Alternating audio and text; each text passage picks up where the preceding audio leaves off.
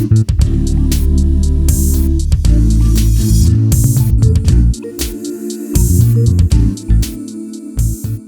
when I get home, like shoes off. Really?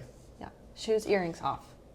Well, do other things. I mean, same for me. Yeah, I got to take the bra off and everything. Just let it loose, you know. Yeah. That's important. The target audience is females trying to hear a guy's perspective. Yeah, pretty much.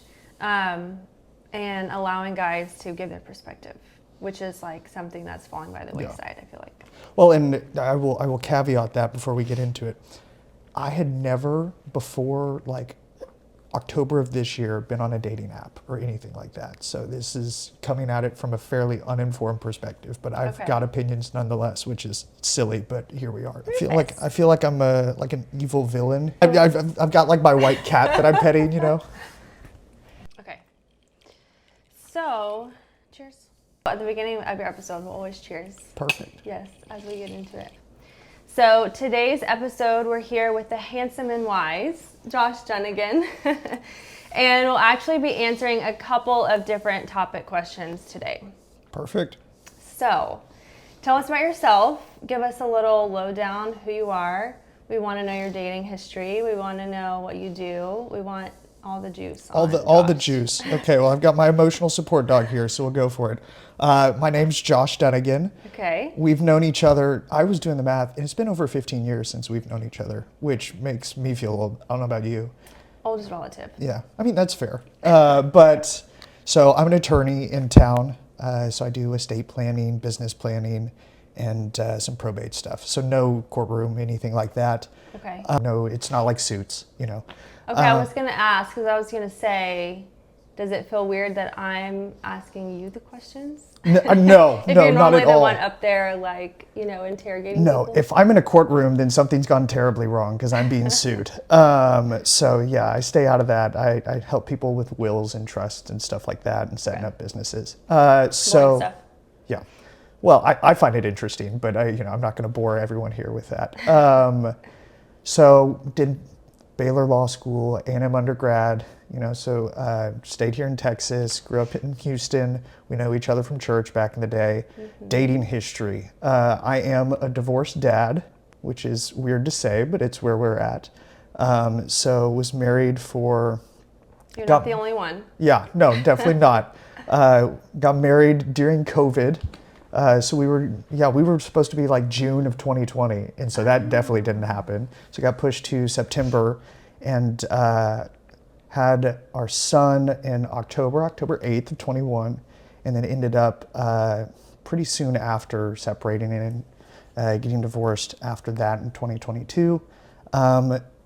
Recently started dating back in October. I guess people might not realize, this is December of 23. So we're 2 months into trying to figure out dating again. Okay. So it's been an interesting So you're currently process. Single and dating? Yes. Okay. Yeah. Okay. So. And it probably feels super different than when you were single and dating last. Super, super weird. I had never used a dating app, right? What apps are you on? I'm on Hinge, and what's the other one? So you've got the Christian one. Upward, I think it is. Okay, I haven't heard of that one. I'm stuck with free ones. Yeah. And now there's the one for conservatives. Is there? The right stuff. Yeah. There you go. Check it out. There you go. I already spend too much time on it, as it is. So we'll see how desperate things get. Mm-hmm. But I had never been on an app. My first date, my first date, prior to this was in 2018. Right. So it's a crazy different experience. I had gone straight from undergrad to law school. So I was still in that, kind of college mindset. And so hadn't really dated as a young professional ever, which is, Or even with internet dating. Yeah, internet, all of that was super new and weird and trying to figure all that out. Yeah. But, yeah. Okay. So what's on your dating profile? What's your front that you put on? What's the front? The one that comes to, so I've got, the pictures, right? Mm-hmm. So I've got, what do I have? And then I'm a Christian, that I'm an attorney. I don't tell people that I run my own law firm because... Oh, you do? I do, yeah. Oh, plug that. Plug it in. So Dunegan Law PLLC, so we do estate planning, business planning. Okay. DuneganLawFirm.com is Okay. the website. How do you spell Dunegan? Dunegan. Okay, DuneganLawFirm.com. Yeah. For all of your boring lawyer needs. Well, for all of your estate planning. So if you're like, oh, I don't have a will, or, I've got kids and I don't know what would happen in guardianship stuff for them, would love to talk to anyone in the state of Texas, because that's, where I'm licensed. Sure. So, okay, cool. But yeah, so I do that, but I don't post that because that's super weird. Then I think for like prompts, I kept it light and funny. It's like, don't hate me if I went to A&M, so I'm a diehard Aggie, which means I've been burned from football, as long as I grew up an Aggie, right? So I grew up being disappointed. So I think it jokes about like, don't hate me if I believe the Aggies are going to win next year, no matter how many times I've been hurt. You okay there, Rufus? He just, I don't know, hairball. He's kind of like a cat, honestly, sometimes. Yeah, he's my little evil henchman cat. So got there, that I'm seeking. It says life partner, I think. It was like life partner / long term. Because, I'm not at a point where I'm looking for casual. That's not a... And most people, even who put life partner, are like, oh, I want to develop a friendship first and then start dating. And what does that mean? That's... Yeah. I don't know. So we want to start in the friend zone and then you want me to pay for dates? Help you get out of it? Yeah, pay for dates for an inordinate amount of time, or like a non-set amount of time. Like if you're not ready to like, obviously you're not going to be like exclusive with someone like 2 dates in. That's not what I'm saying. But if you don't know that's what you want, then we're not at the same place. Right. So it's... Okay. And who knows? I might have a terrible profile. That's a messy world. I'm not on dating apps. I've tried them. Not for me. So yeah, I mean, you have better luck. I might end up deleting them all. I haven't been on there long, so we'll see. Yeah. What's your sign? No clue. Really? When's your birthday? October 11th. Does that matter? So you might be a Libra. It does matter. Oh, okay. Because it's like not always on the first day of the month. All the astrology stuff I don't care about. Well. I kind of think it's real, but maybe it just reassures me that like certain things about me are true. I think, I don't know, like with all of that and then the Enneagram and all of those types of things, even Myers-Briggs to a certain point, they can be, astrology in my opinion, less than the other two. There's some truth to them, but I feel like most of the time people just use them to justify their bad behavior or their bad tendencies. They're like, oh, well, I'm a Libra. Yeah. So this is just how I am. I'm always going to have a problem with, I don't know, attachment. Yeah. And it's like, okay, no. You might have a problem with it. You should probably work at that instead of just saying, oh, I've got this issue. It's the way that I am. Yeah. So I don't know. Yeah. My theory, and no one else has this theory because I made it up, but because, some people look at astrology and they're like, this is my religion. Everything I ever see about astrology is real and true, which is not true. But like God was very methodical. Sure. And everything has a cycle and everything was very intentional when he created it. And so I think it makes sense that like there's a cycle for people's personalities kind of according to when throughout the year they're born. And if there's like so many things that seem to be true when you like do a real deep dive into like the real astrology, not just like memes on Instagram, then I'm like, maybe this was some kind of like map for us to help us understand each other. Because then if you just say, I'm born on October 11th, then I can like download all these facts that I know about you. So it's like easier to connect. I mean, yes, but at the same time that you're going to assume something about someone instead of actually getting to know them, right? So I wonder, That's true, yeah. And I mean, I can't refute that, God was methodical. I'm not sitting here saying he wasn't, but It is interesting. Sure, I'll let you have that. Theory. There you go. A unique opinion. Yes. Okay, so what we're going to do to start, one of the things that spurred me, I guess I'll say, to start a podcast was this question that I put on my personal Instagram. and I was asking this question to all the guys, and was astonished by the pouring in of answers from all of these guys, that a lot of them, or most of them, I know. And I was like, where is all of this coming from? Like, no guy that I've ever actually even dated has been this like open with their communication about how they feel about this topic, or just in general. Well, you know why that is, right? You were a little aggressive in the language of your post. You were like, if you're a guy and you watch my stories like at all, you better, not comment or whatever it was. Well, I think it was obvious. You were hurting a little bit and searching for answers, so friends wanted to help. And I don't know what you're going through, but here's my thoughts. Yeah. Well, it was cool, needless to say. And not that I pick favorites, but your answers were kind of my favorite. Well, there we go. I'll take it.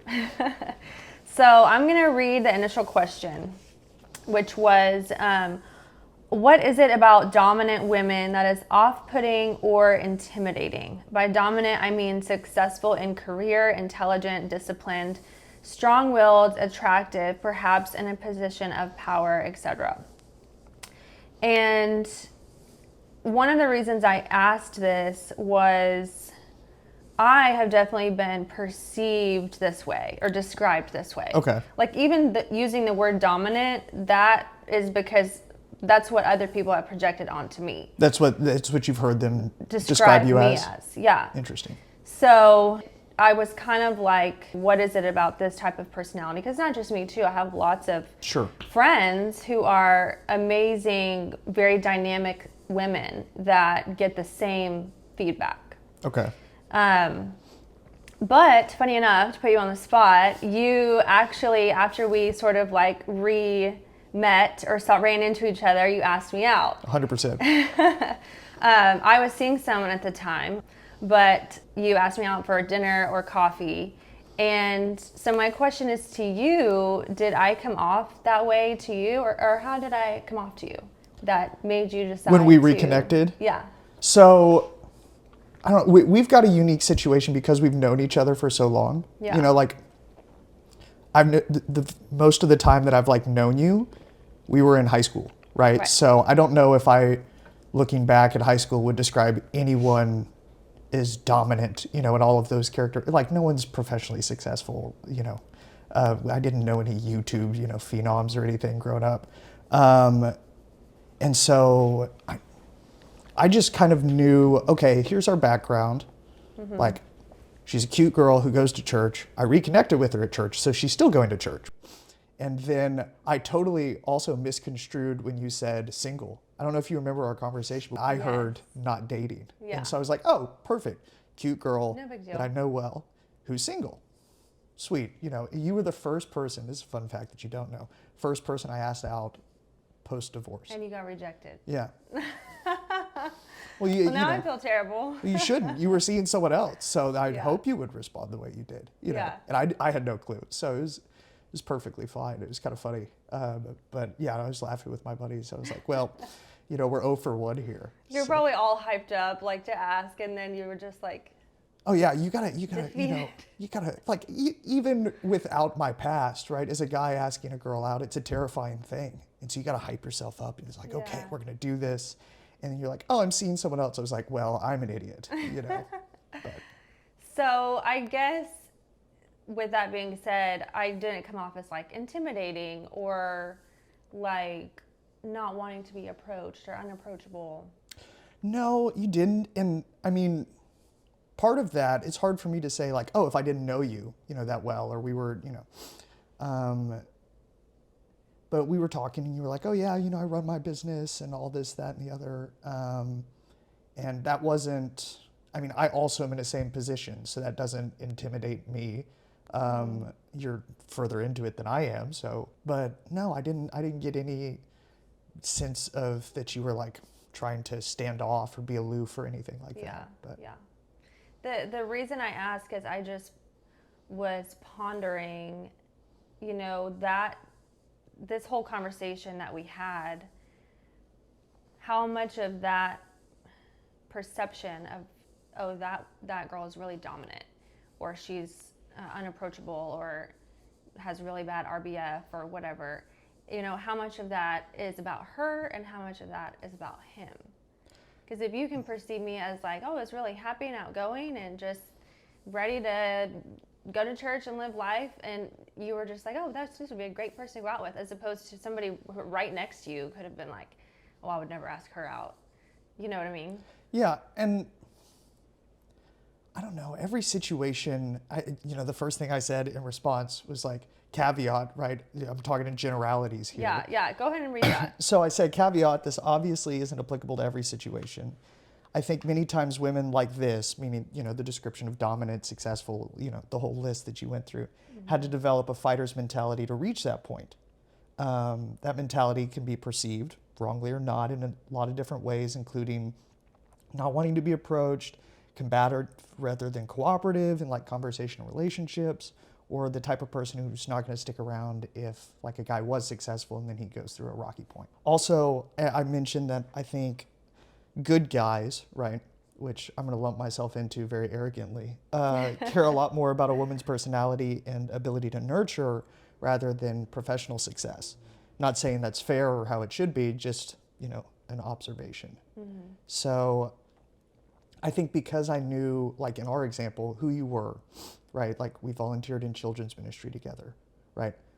I don't know if someone off the street would randomly look at you and be like, oh yeah, no, she's fine dancing goofy dances for first through fourth graders, right? Yeah. Like I don't know if I give off that vibe or if you give off that vibe, but yeah. I know that. You already knew that. And so it makes that, it makes it obvious to me that that's not how you are, right? You're not standoffish or aloof or something like that. Okay, that makes sense.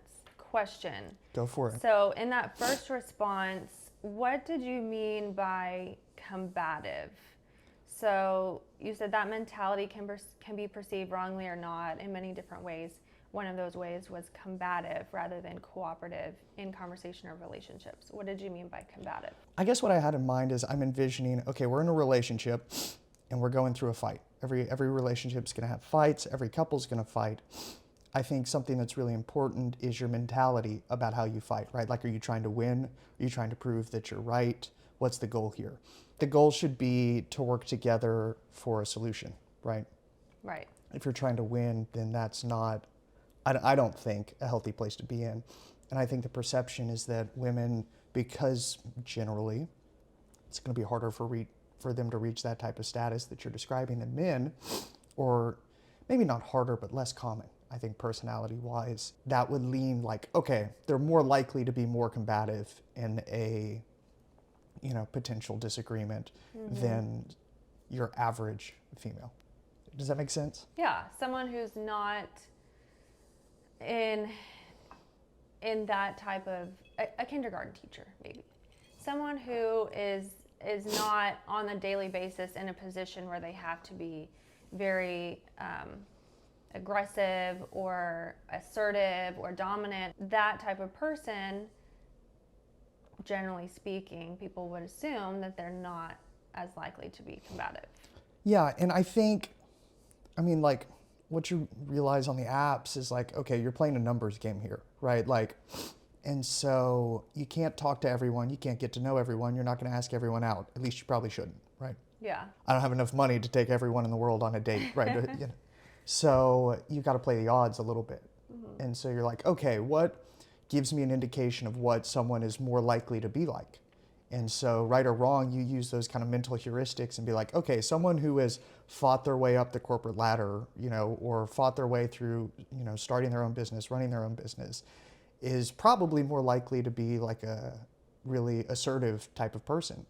And I know myself, and I know I'm a pretty assertive type of person. I've got opinions. Okay, is that going to work out? How is that going to, because you can have two assertive type of people and they work great together because neither one of them's combative and they just want the right solution.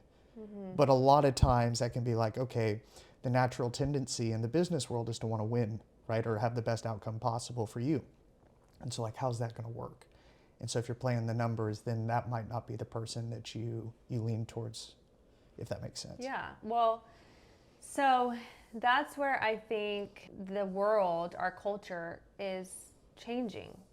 And you can correct me if I'm wrong, but I feel like guys kind of need to get with the program, because in today's world, if you're a single adult, you have a job. Sure.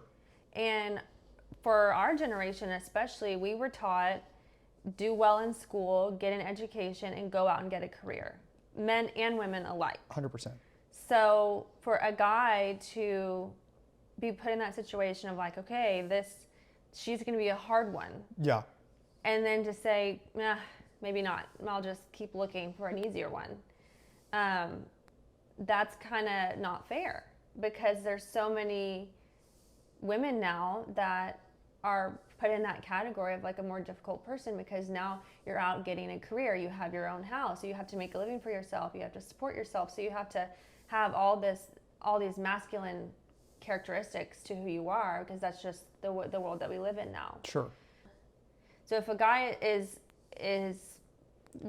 weighing those odds or whatever, sure. and if he looks at somebody like me and is like, well, that seems too difficult, I'm just going to keep searching, it's a little unfair, because for the women like me, it's like, well, what were we supposed to do?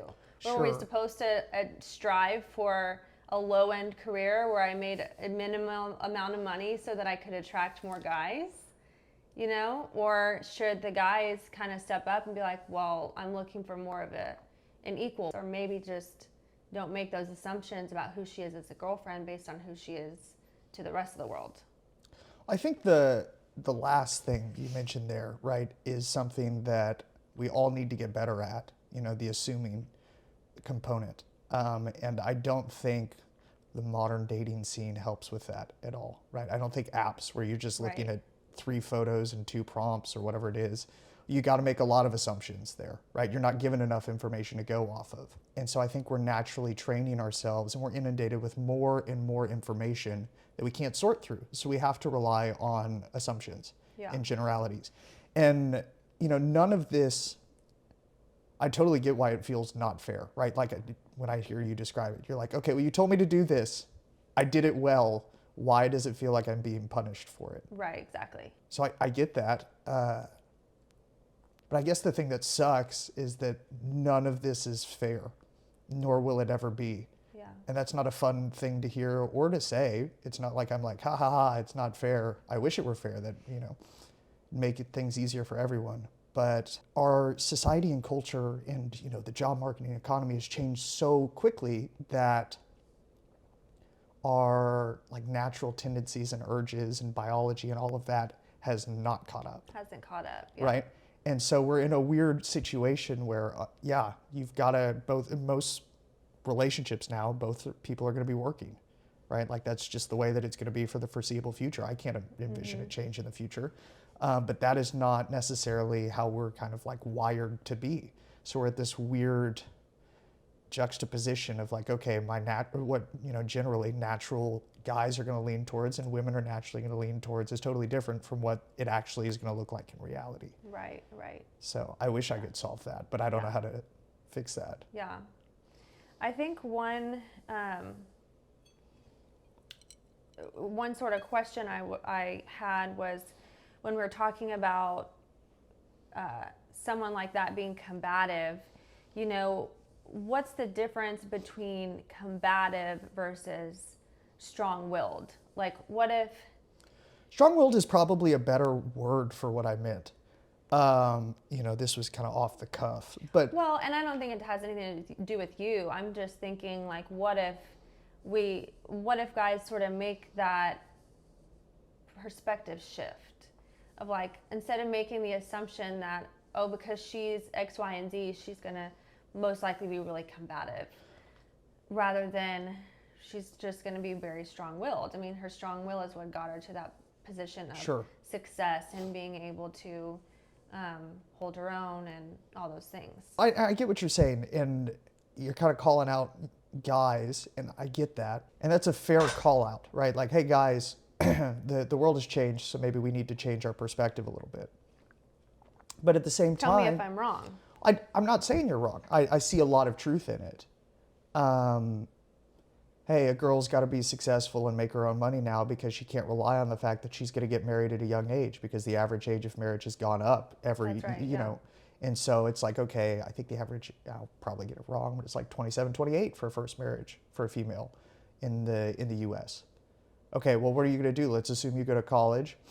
You got to take out some loans, and you got 6 years after college before you can get married. And even in an old school, worldview, then be provided for, which isn't realistic. But even taking that, you got to pay off the college, and you got to support yourself for 6 years and be successful at that, hopefully. So yeah, guys, you got to realize this is the way that it's worked and all of that.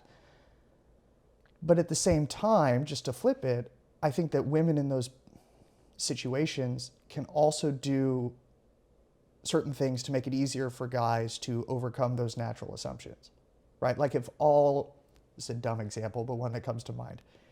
If all you post is like you on vacations, you at board meetings, you doing this, that, and the other, then I'm going to assume, right or wrong, because all I see on social media is, okay, well, all she does is work, right? She works hard, she plays hard, is that what I want? Whereas, like, if you're posting on Instagram that you're helping volunteer with the children's ministry at church, right? That's going to add another element that it's like, oh, okay, there's more to her than that. Let me pause here, think about it, and that's all you need to get a guy to do is to pause and actually think instead of instinctively react. Does that make sense? It does, yeah. Thinking is becoming like a less common activity. I mean, it is, which is sad, right? People don't think, and people have less free time, right? So I think they value their free time more, which means they'd rather not think about difficult things, right? If they're going to think, they don't want to think about things that might hurt them. They might think about a side hustle, or frankly, they might just want to avoid thinking altogether, right? And just go on social media or YouTube or, doom scroll or whatever it is. Yeah. So posting different things to say, hey, there's more to me than just this. There's more to me than my, success. There's more to me than the fact that I'm, super attractive, or insert whatever description you wanted to use. That helps make a guy realize, okay, there's more there, right? There's more substance. Let me think about that. Maybe that is the type of person that I'm interested in. Yeah. Does that make sense? Yeah.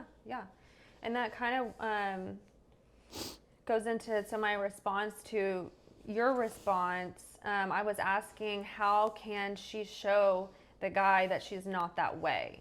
So assuring that she's a teammate and wants the man to lead, and that his success is not a contingency of the relationship, but rather just the work ethic in general, while simultaneously holding him accountable to a high standard as she holds herself to a high standard. So something that I'm kind of hearing from what you just said is, and not even just on social media, especially because some people don't post a lot, or if you just met, you may not follow each other or whatever. But like on a date, or when you're hanging out, or if you start texting, it would be in the girl's benefit to show more of that substance, more of the sides of her that are maybe a little bit softer, instead of just like speaking from like, oh, well, these are all the things that make me cool and successful, instead of being like, oh, well, no, every Sunday I volunteer or whatever. Yeah, and I can already hear the counter to what I'm about to say. Okay.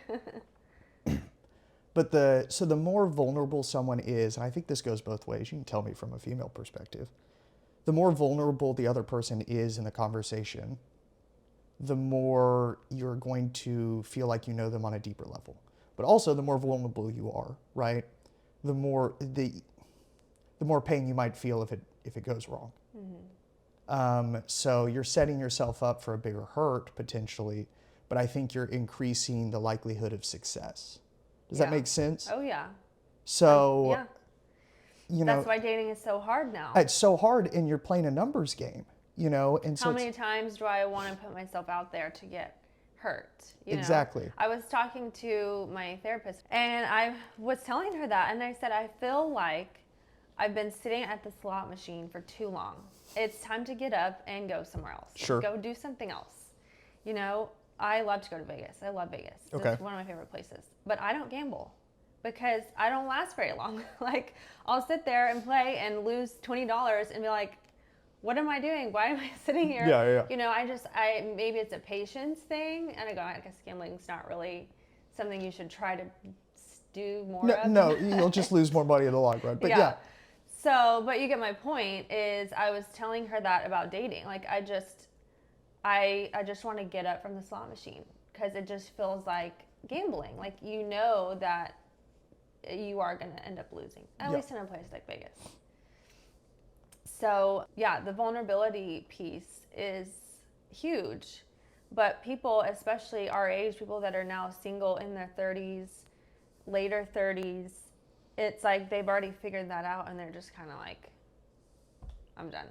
Yeah. Or you've been vulnerable before, right? You had a long-term relationship in some form, and then it feels like, okay, well, because I was vulnerable, that's why it took me, years to recover.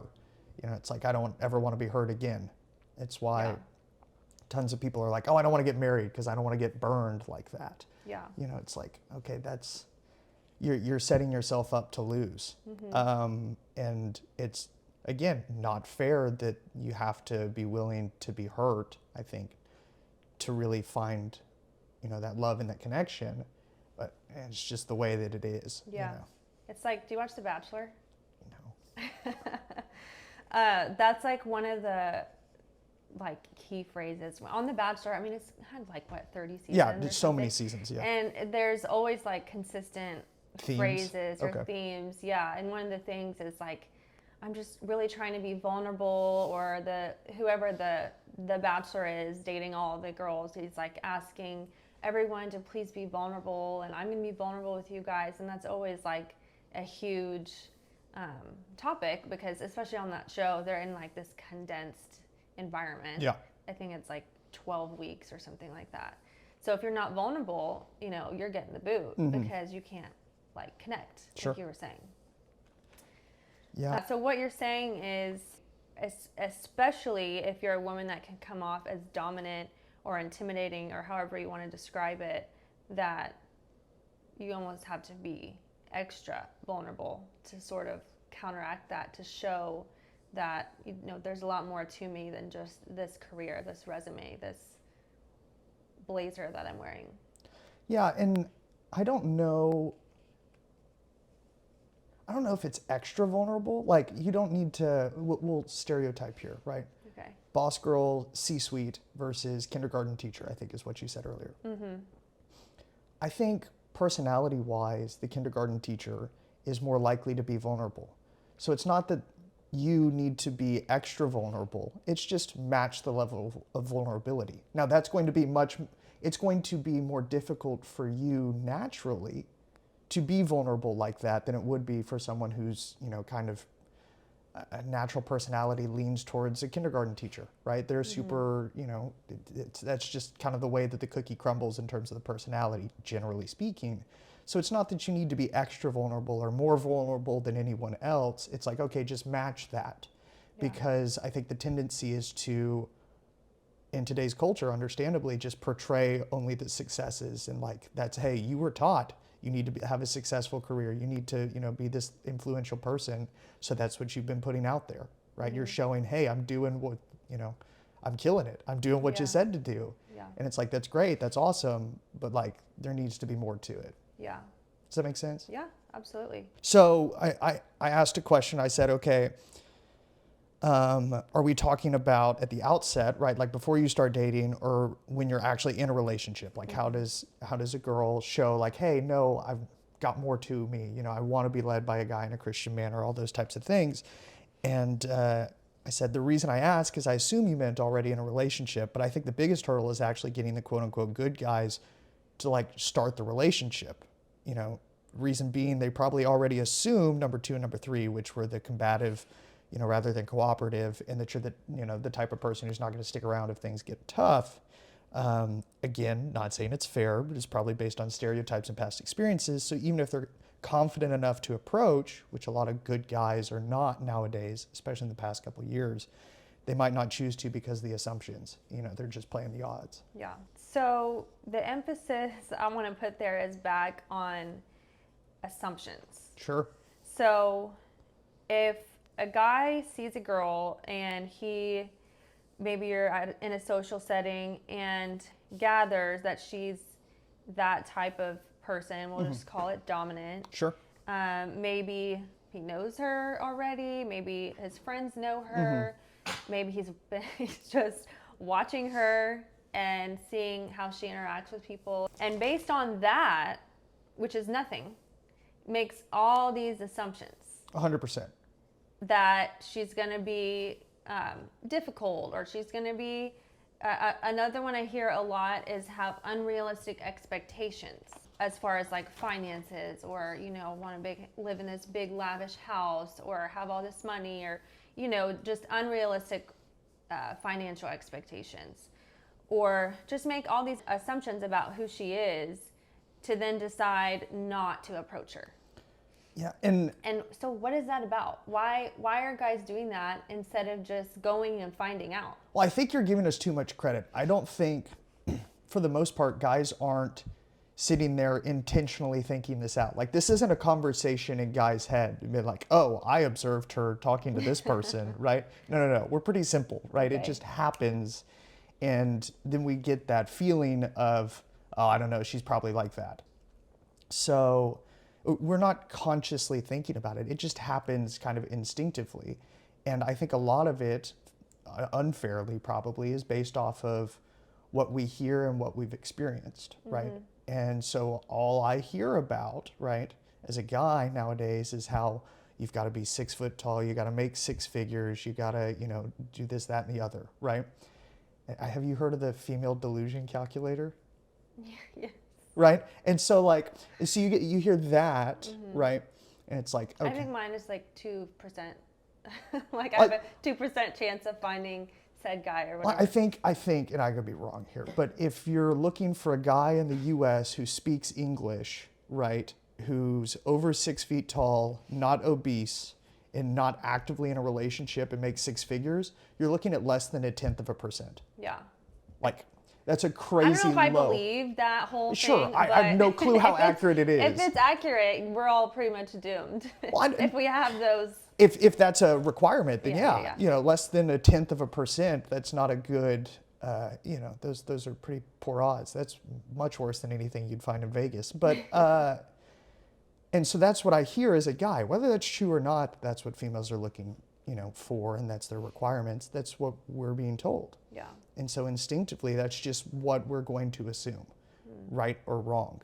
And so if you know as a girl, hey, this is how a guy is naturally going to be wired, then, you know, yeah, guys can do better to try and overcome that, but also keep in mind, try and be fair to us. If that's all we're hearing in the media, you know, give us a little bit of slack, you know, and try and make it a little bit easier for us. And if you've had those experiences. Yeah.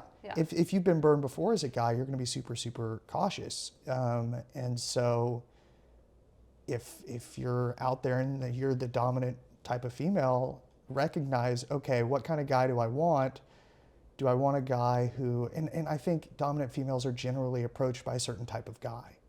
You know what I mean? Like, you're not getting approached, I would imagine, you tell me if I'm wrong, like the nice shy guy generally isn't the one who's asking you out. No. Right?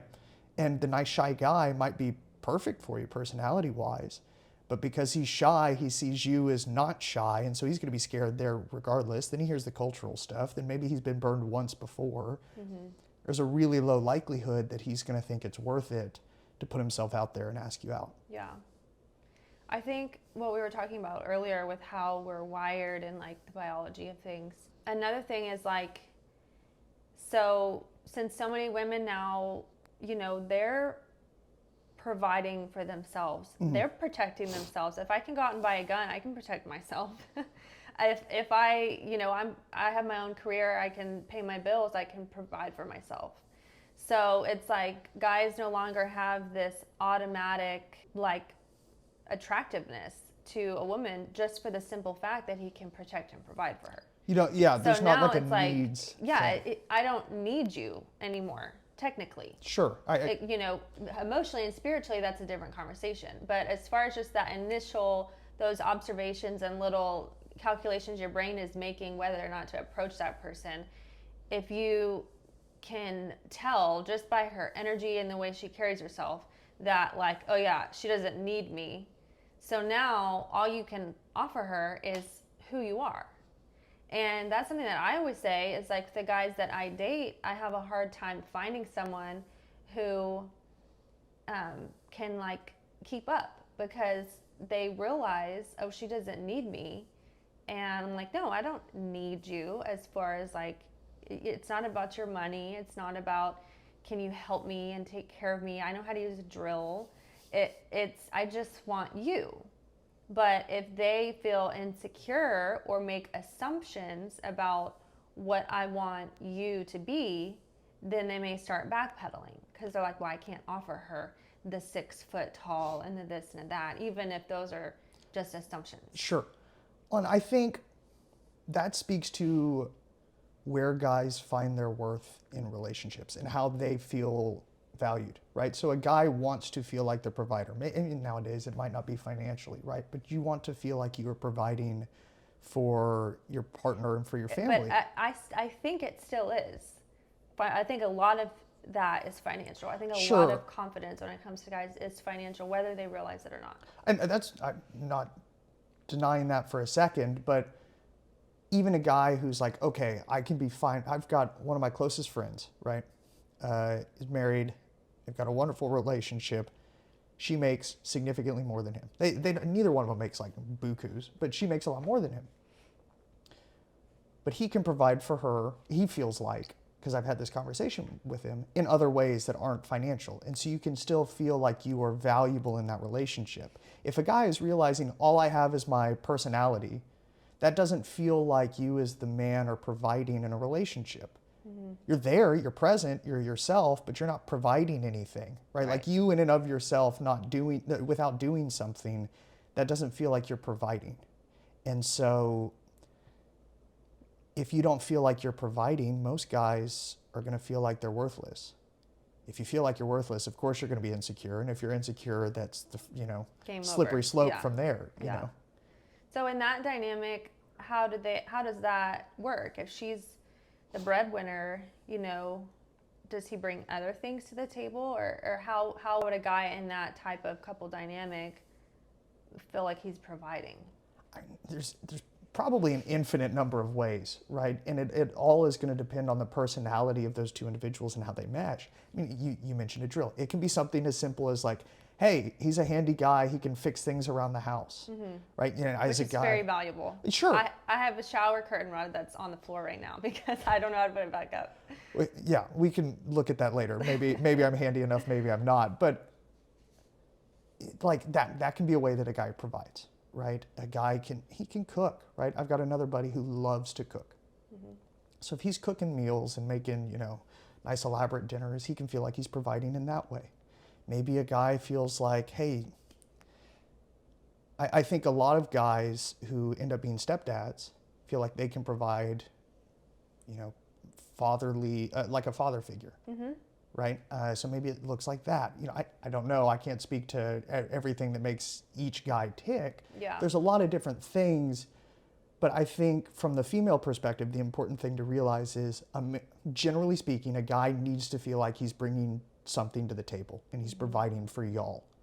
Not even necessarily that you wouldn't be able to survive without it, right? Like no one's living on the street here, but if he doesn't feel like he's significantly contributing on a consistent basis, he's going to feel worthless. Mm-hmm.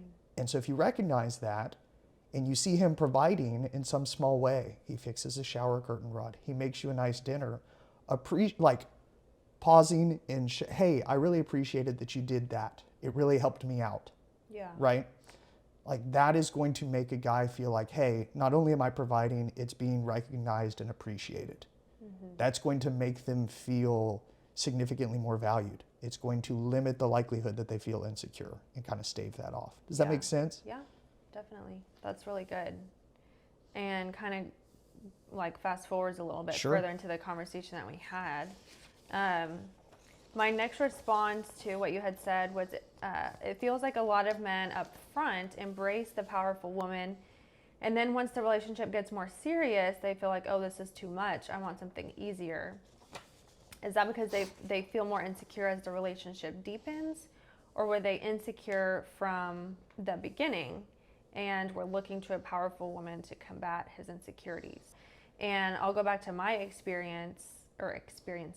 Sure. I think a lot of people experience this, but like in the beginning, that's, if that guy chooses to approach her, ask her out, pursue her, they know that about her, that she's strong-willed, that she can own a room, that she has, built a career or a reputation for herself or whatever it is. She's got that personality, those characteristics. Yeah. Sure. And so they like that. I've had many experiences where guys like that about me, and they think it's very admirable, or, I've never been with somebody who has such a discipline to their life, and it's attractive. I think that's attractive in any human being. Sure. Someone who has strong work ethic and goals and dreams and is driven and passionate and all those things. But as the relationship deepens, I think as it actually plays out, a lot of guys start to realize maybe this isn't what I wanted, because this is kind of hard. Because if I'm going to run alongside her, I have to run just as fast. And she's going to hold me into these same expectations that she holds herself. If I'm going to the gym 3 or 4 times a week and taking care of my health, then I'm going to expect you to do that. And that's just a small example. Sure. But I think I've been in a position multiple times, as well as other women that I know, where they start to either try to change you, control you, or backpedal and stop meeting expectations, like kind of fall back, or just leave. And now, I'm not saying that that's always the reason a relationship might end. Sure. But a lot of times I think it is because I see who they date next, who they end up with next. And it's like the simple girl, the kindergarten teacher. Nothing against kindergarten teachers. Sure. But that is the opposite of who I am. That's just not the same kind of person. So it makes me assume or observe that maybe they got a taste of this and they're like, I want to run the other direction. I definitely don't want that. Yeah. So the question is, what is it about that type of person, once they get into the relationship and see it play out, what's scaring them off, essentially? What's making them go, I had a taste of that, I don't like it, so I'm going to go find the opposite? I think it's probably a couple different things, and it just probably depends on the situation. I think one of them is they probably like the idea of dating someone who's dominant, that term that we're using. They like the idea of it. They've never done it before. It sounds good in theory, and they realize in practice, this is not what I thought it was going to be. Yeah. So they're like, oh, okay, never done this before. I'm not feeling comfortable or confident. This is not what I expected. I don't know what I'm doing here. All of a sudden, that leads into the insecurity, which then spirals down. Yeah. That's 100%, I think, probably a lot of the situation. Okay. For someone who's like a first time, it's like, okay, someone sounds good in theory, right? You can list off attributes of someone on a dating app, and it sounds great in theory, but until you actually get into the actual relationship, you don't know what it's going to look like on the day-to-day. Yeah. Another one, and one that we talked about, is I think, frankly, women don't understand what it looks like to hold the guy accountable in a way that doesn't offend them. I don't, so like, going on my response, right? Like, Yeah. and this, me speaking for me here, and I think most guys and most of my male friends are like this. It's like, okay, I am my own worst critic. I'm my harshest critic. No one is ever going to be harder on me than I am. So if I come home at the end of the day and I'm feeling like crap because I got beat up at work, I got yelled at by the boss or by a rude customer or whatever it was. And, I'm feeling a little under the weather, so I skip my workout a couple times more than I should have this week. The last thing I want when I come home and I've been beat down at work and I'm not feeling great and I know I've missed my workout, which I shouldn't have, is for, the person I'm dating to be like, well, you didn't go to the gym and, like this, that, and the other, and you got fired. It's like, yeah, I know that, right? Like that is the last thing I want in that situation. I'm just throwing my head back because I do that all the time. Because that's what I do to myself. It's 100%. That's how you treat yourself. That's my internal narrative that's going on, right? And so that's how you talk to yourself, which is therefore I would, it's naturally how you're going to talk to someone else. Sure. And it's like, okay, that's not what I need in that moment, right? Yeah. That's going to push me away more than anything. It's more likely to cause harm. Even if that will actually help you. 100%. Going to the gym would help me. Is always going to help you unless you're sick or something. Yeah. But if you're stressed out, and I'm saying, I think you should just go to the gym. You haven't been in a few days. Just go to the gym and come back, and I'll make you dinner or something like that. Well, see, but it's in the way that it's said, too, right? Because, hey, you haven't been to the gym. You should go to the gym. Right? Like, what are you saying? Are you saying I'm fat? Right? I've gained 10 pounds in a week? Like, what's going on here? Wait, who's the woman in this conversation? If the woman said that, right? Yeah, like, I know. I'm just you haven't gone to the gym, you should go to the gym. There's a big difference between like, hey, it sounds like you had a really hard day, or it looks like you're feeling down. You always feel better once you go to the gym. Maybe you should try getting a workout in, and I'll cook you dinner. There's two totally different things, right? Okay. One, the first one is trying to like hold someone accountable, like you would a colleague at work. That is not how you talk to a dating partner. Right. Right? And it's going to be perceived even worse by a guy who's spoken that by a girl. I mean, just whether that's right or wrong, it just is, right? If a girl tells that to me in a relationship, it's I'm gonna feel a certain way, because I'm looking for support and nurturing in that relationship, just naturally.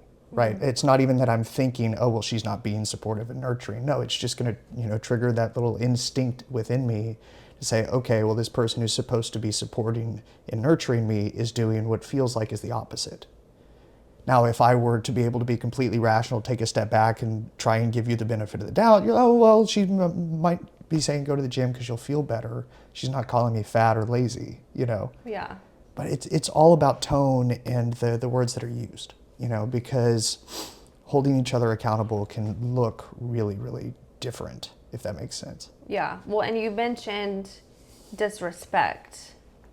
Yeah. So there's the classic Ephesians 5:33 verse, which anyone in the Christian bubble knows. I'm going to read it to you. Go for it. Let each one of you love his wife as himself, and let the wife see that she respects her husband. So again, I say each man must love his wife as he loves himself, and the wife must respect her husband. The thing that I pointed out there was, hey, husband loves your wives and wives respect your husbands, right? It's two different callings there. Yeah. That's not saying wives shouldn't love their husbands and husbands shouldn't respect their wives, but like, okay, primarily what we're dealing with here is guys need respect. They need to feel respected, and then that's going to lead to them feeling loved, right? Women need to be loved, and that's how they're going to feel respected. Mm-hmm. So if you try to hold a guy accountable in the wrong way, it's going to come across as super disrespectful, which is going to trigger that base need. We're talking about needs, and that's going to just send off red flags in a guy's head. Yeah. Yeah. And you also mentioned positive reinforcement, like even kind of when we were talking about doing things around the house and stuff like that. I said a common thing that I'm seeing is that we women don't have a clue that you guys think this way, because the large majority of men don't communicate it to us. It's so incredibly hard to get men to communicate what they're thinking and feeling, whether that's because they don't want to or they don't know how. I'm not sure, but either way, it leaves us to think we're doing everything perfectly and he's happy, and then we're blindsided when the relationship falls apart. And then you said... Yeah, I said, there's a lot of factors that go into it, and I get the frustration. And guys generally are not the greatest at expressing their emotions, and I don't think I or anyone individually can fix that on a macro level, right? But best advice I had is to try and set expectations at the beginning. Like communicate. I said, and here's the big part. When they communicated all about their emotions, express that you're grateful they told you. Meaning, like, if a guy communicates how he's feeling to you, express that you're grateful that he communicated his emotions. Mm-hmm. Try and do that first. Before you even respond to what they're communicating, the most important thing is that you recognize and appreciate that he's sharing his emotions with you. Most guys... Why is that important? Why does that, as a guy, why is that helpful to you? For me to just say, thank you for telling me that. when, like, I mean, you were totally right. Guys I think we're really, really bad about communicating our emotions generally. I'll go off on a tangent here. I'm in what I call my old man Bible study. 6:30 Tuesday mornings, we meet. Oh, gosh. It's intergenerational, so I'm 30 and I bring down the average age by 20 years, I'm certain. But I was volunteering with one of the guys, and we had a super deep conversation, and he's known me since I was a kid. So he's asking me how I was doing post-divorce and all that kind of stuff. And I got into it, and I was really open and honest. And yesterday when we met, he was like, hey, I just wanted to let you know I really appreciate you being like honest with me, like in sharing. It's not super common, and it's not something that I'm great at. And I was talking with my brother last week, and he's late 60s. And we didn't start doing that and being open and honest in our emotional communication until like 5 years ago. You and your brother? No. This is the old man. So this is the 60-year-old. He's saying that about him and his brother. And his brother's in his 70s. Okay. So this is how bad men are at communicating, is that the 65-year-old man told me... So he didn't start doing that until he was 50 or 60 years old. Until he was 60. Yeah. And his brother was 65. Right? So that's how bad men are at communicating emotionally, is that I, a 30-year-old, was telling him how I was doing, and that was impactful to him that I was having an emotional conversation, right? Like, so that's how rare it is for guys a lot of times to have those conversations. Yeah. So it feels really, really scary and as a guy to open up like that. And if I say, it's hypothetical, I'm dating a dominant woman, she earns, millions of dollars a year. I earn $80K a year. I got a good job, that's a good job by today's standards, but it's nothing to what she does. And I open up about some difficulty I had at work, and I share, hey, I'm sorry, I had this thing at work. It's making me feel like X, so I'm sorry if I'm, acting that out on you right now and, at home. And you're coming at me and you say, and you react initially and negatively to like, well, you had a tough day at work. You can't believe what I do. I run this company. And it's like, okay, well, you just did. Why would I ever share my emotions? Something dismissive. Yeah. Why would I ever share my emotions again? Like as a guy, I'm just like, okay, well, I walked the gangplank and, why would I ever do that again? So even if you're mad about, what he's sharing, you don't agree with it or you don't understand it. Maybe you don't even care. Yeah. Maybe you don't care. Right? Like, maybe it's like, you are thinking like that doesn't matter because I did all this today and this happened and or you might be staying home taking care of 3 kids. You might be thinking those things and literally not care that his boss yelled at him. Yeah. But what you're saying is like not reacting on that. Well, and you might not care about the emotion. We'll take that. Let's say you don't care what he's sharing. You should care that he's sharing. Right. Does that make sense? Yeah. Because if he doesn't share, you're never going to be able to grow together, like as a couple. And so you should care that he's sharing, and you should reaffirm that he's sharing. If you need to, and it would, if it would cause an argument, then maybe say, put a little pin in your mind, come back and talk about it early in the morning when, everyone's, well rested. Yeah. About, hey, I know you were feeling this. Can we talk about why that may or may not be the best? Right? Don't do it in the moment. Be grateful in the moment that he shared his emotions. And so that's why I think it's super important, because if generally you are supportive of the fact that he's sharing emotions, he's more likely to do it again in the future. And all of a sudden, guys are like dogs in a lot of... All humans are. You train us and we're going to be better at it. And all of a sudden it's going to be more natural for us. Yeah. And then it'll just spiral in a good way. Well, and it probably builds your confidence just within your own self, not even in the relationship. But as a person, to do something scary and then feel like you succeeded at it, then that's going to boost your confidence as 100%. a person. And so it sounds like what you're saying is if you express your emotions about something to your partner, you're probably not looking for help. You just want someone to show gratitude that you shared, that you did that was scary for you. Well, I think a lot of times we might be looking for help, but I think the reason guys are nervous and often don't communicate about emotions is because we don't want the immediate negative reaction of, well, you're dealing with this, well, I'm dealing with that, right? I don't want to deal with that conversation, right? Everyone's got crap that they're dealing with. And so, yeah, by reinforcing that, you can allow a guy to feel more comfortable, feel more secure, right? Yeah. And that way he can see, okay, I can bring value in these other ways. Like maybe it's emotional security or whatever it is. And that way he feels like he's got more of a purpose in the relationship. Yeah. Does that make sense? Yeah. I'm going to play a little bit devil's advocate, and I'm going to say what two women would say that are probably watching this, or what I would say to a friend. Sure. It sounds like babying.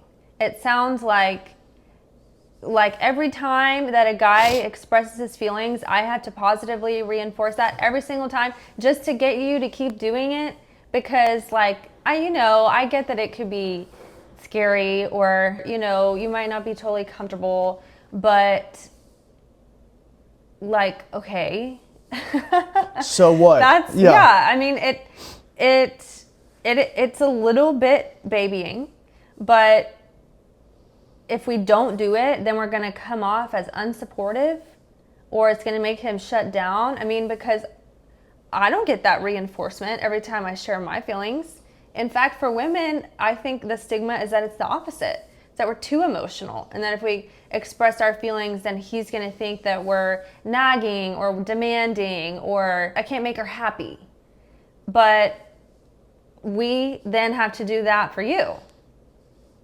So it's a little bit of a double standard. Sure. And again, I'm playing devil's advocate because I totally hear what you were saying. Fine. But this is the reality of the experience that's going on right now with people dating. And I think this is important because this example is a huge hurdle for people who are going from the dating, talking phase into a committed relationship. Sure. And a lot of us don't make it over that hurdle, because this is where the communication falls apart. Because you may not communicate to me that you need that reassurance or that reinforcement, or that when you go to open up about your feelings, how am I supposed to know that what you want me to say is thank you for sharing? Because as a woman, my instinct is to fix and help. So, and a lot of guys will perceive that as negative because I'm not looking for your help, So this is where it gets really messy, because we don't know what y'all are thinking or what y'all want, if y'all even know. Obviously, you're very in tune with yourself, but a lot of guys aren't. No. And then it causes us to not know how to meet his needs in that moment. And then everything falls apart and we're like, but I did everything for him. Yeah, I did everything. I never knew there were these issues. Why didn't you tell me you felt this way? Yeah. I mean... Because as you're describing a lot of things, I'm thinking about guys that I have dated and situations that I have seen, and I'm going, so that's what that was? Or that's all it was? Or that's what he wanted? Or why didn't he tell me that? Or applying it to past experiences where I'm like, I just didn't know. Yeah, and it sounds like babying, because depending on the situation, it might be exactly that. Yeah. And maybe this would help someone who's like, what do you mean I've got to baby him?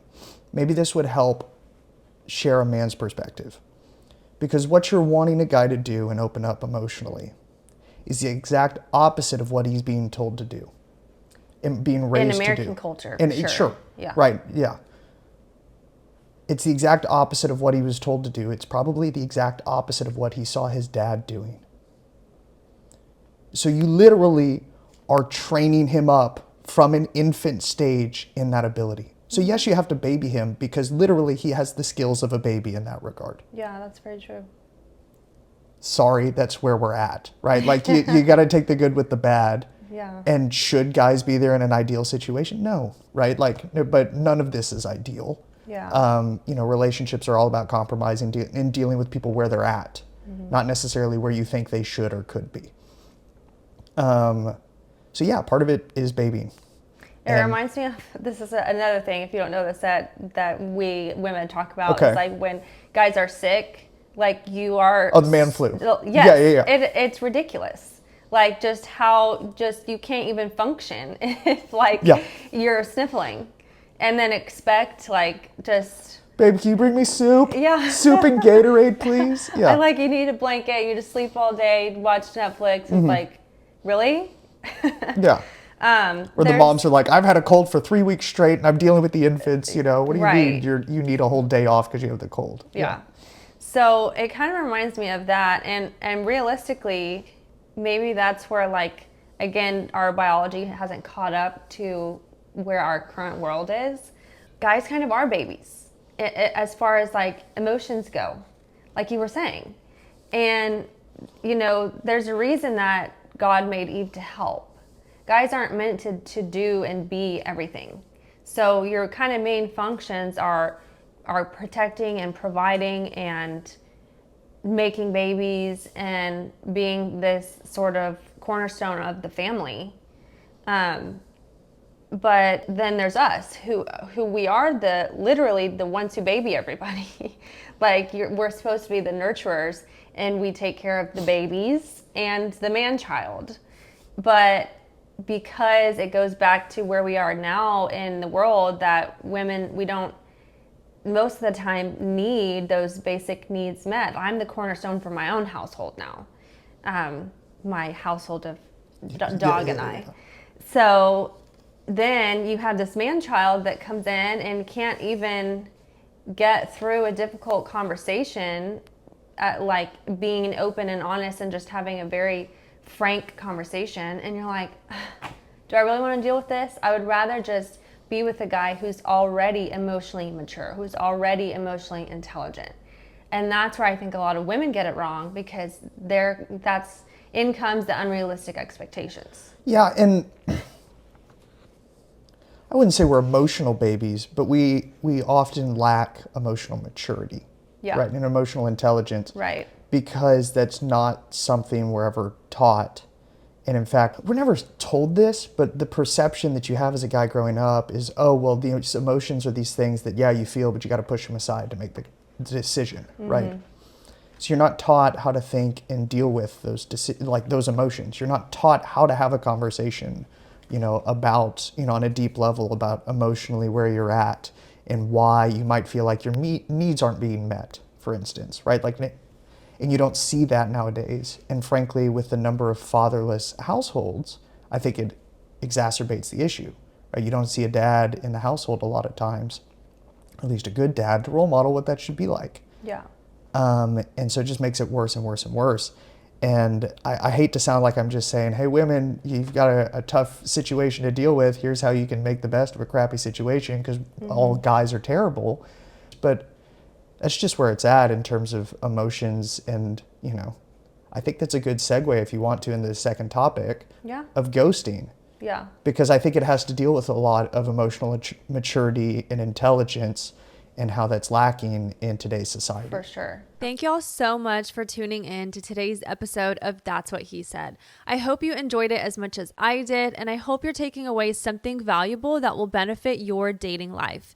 If you're listening on Spotify or Apple Podcasts, please give this show a follow, rate, and review. And if you're watching on YouTube, please subscribe, like this video, and most importantly, comment below, because I want to hear what you said. See you next time.